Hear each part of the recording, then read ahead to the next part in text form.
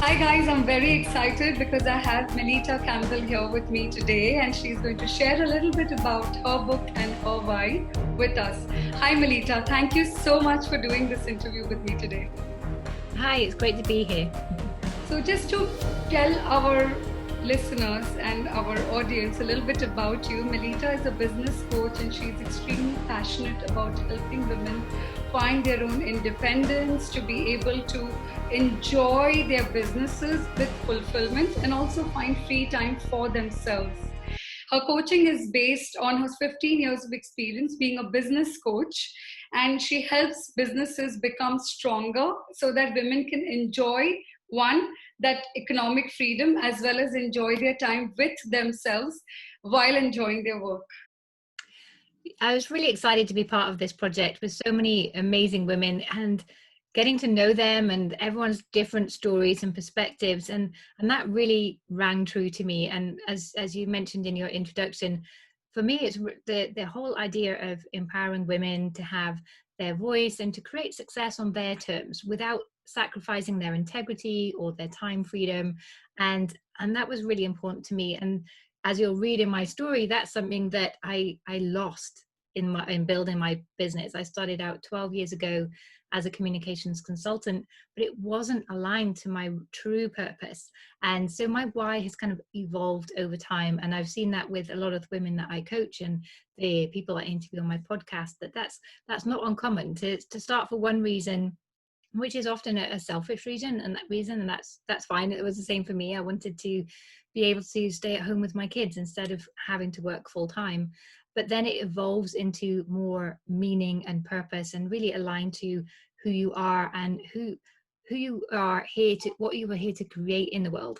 So that's really my story about how I started my business a kind of against the odds anyway, but then how that evolved and how I learned to get my business, do my business the right way, if you like. And one line from the book that I share, which was something that I learned the hard way, and a lesson that I share with all my clients now, is the importance of creating balance. But I started my business to create that balance so I could do meaningful work around my kids, but I didn't. Balance doesn't just happen. It's something you have to consciously create and manage as well, and review on a regular basis to make sure that you are creating the time for yourself, because you have to be selfful in business. You can't put everything of you, all of you, into your business and keep nothing back for yourself, because you won't do your best work that way. So that was one of the messages from the book that I'm really quite passionate about sharing with other women, to make sure that they take that time for their self-care, as well as looking after their family, their business, and everything else that women have to juggle these days. I think, and you're sounding very passionate about it. And in fact, even as you spoke, there's just so much I could relate to what you were saying. And that's so true. I think we all start off with one purpose, and that could be a selfish purpose. And then it evolves into a much deeper meaning. So, Yeah. and is that what finally, is that your why? If I had to say, share your one why you then started this business in an active way and became a business coach? Yeah, exactly. So when I was doing the communication consultancy, I was working mainly with large companies, the UN, Fortune 500 leaders, which was great, and it was very exciting. And I was really confirming my own skills and I was doing good work, but it wasn't my passion. And what I'd done before I left to start my own business was I established a women's network within the bank where I worked, and I saw how when you empower women, when you give them the tools and the space to have their own voice, to live their values and really stand up and make a difference, then it's just incredible what you see them do. And this book is a testament to that, really. And that's what I was missing in my business. I was doing a good job, but I wasn't making a difference the way that I wanted to. And so that's when I pivoted my business to really help bring all of my skills together to help women succeed in their businesses, because I saw so many women around me who had incredible businesses. They were getting great results for their clients, they just didn't know how to get enough clients, or they didn't know how to really tell other people about their value so that they were getting paid their worth. And as we were just talking before, I have a few clients who'd been working for several years and never making any money, or making a loss even, because those two things were missing. They couldn't convey their value with confidence, and they didn't have enough clients. So I could see that that's exactly where my skills come in. So now it's just so exciting having women start the business, my business coaching program, and within like 2 or 3 months their business is completely transformed.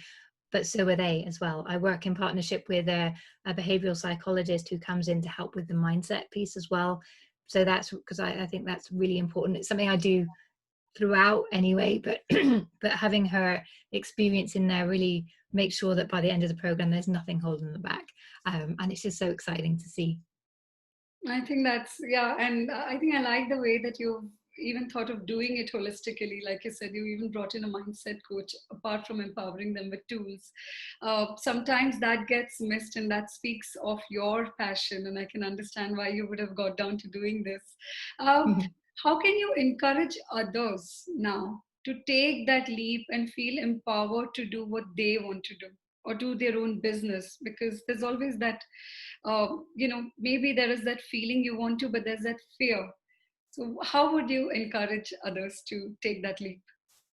Yeah, so the fear, I think, is normal. And a lot of people think, oh, I've got this fear because I'm not good enough, because and they think that no one else ever has that, but that's not the case at all. Listen to my podcast and you'll hear. And I always ask people, how did you get over those initial fears? And everybody has them. And I think it's just worth acknowledging that, if you're about to do something new that you've never done before, you don't know how it's going to work out, fear is natural. But what you need to do is just write those fears down and start making a plan. Okay, well, I'm worried I won't make money. So, okay, well, what am I going to do to make sure that that isn't the case? Where do I need to upgrade my skills? Where do I need to get more help? Where do I need to read a book to increase my understanding? So it's the antidote to fear is always to take action. So just decide what action you want to take, and take it. And 90% of the small businesses unfortunately fail in their first 10 years. But one of the biggest reasons they do that is because they never ask for help. And so I think once you realize that you can ask for help, you don't have to have all the answers, and there are other people around you, whether that's a business coach like myself, or just a trusted person in your network who's already been there and done it, can help you. So asking for help is really important as well. So if you're a bit nervous at those early stages, then write it down, figure out what you need to do, and ask for some help. I think that's a great one. Asking for help. I think that's often forgotten. We forget, we feel we can do it or we can't ask. And a reminder is always great, and putting it down. I loved what you said, that the antidote of fear is action. I think that's a really nice quote. It's going to stay with me. Now we have some social media specific questions, because we have a different audience for each. So for our Instagram users, they'd like to know about any one memorable or funny experience that has happened in the course of in this journey of yours, that has stayed with you. Oh, there's quite a few. I think maybe the experience I didn't expect from building on my own business is the impact it would have on my kids. So my children are now very much entrepreneurs in their own right, and my youngest daughter, she's 10. She has her own Facebook group called the Nature Carers. She raises money for the WWF. She's a speaker. She comes to Toastmasters with me because she wanted to learn how to share her message with other children, to tell them a bit about the environment, that they need to care. And I hadn't realized that starting my business would have such a positive effect on them, because I build my business from home. I do my training and my learning while cooking or in the car. So they're absorbing all of this great insights as well. And they're taking that all in because they're sponges. And sometimes I'll tell them about oh, I need to launch this new product, or I want to do this, and they'll come up with ideas, but they're great ideas. It's never kind of, oh, do this thing and put a bow on it or something. They're really workable, good ideas that they come up with. So I feel really privileged to be able to inspire them and give them such great tools, because I think entrepreneurial tools are just great life skills, and that's what they're growing up with. So. I think that's so beautiful. You start and do something, and then you start feeling that you're doing something meaningful, and then it's like a journey. So you start finding meaning in what you do, and then there's more meaning that gets made of it, which you probably may not have even anticipated.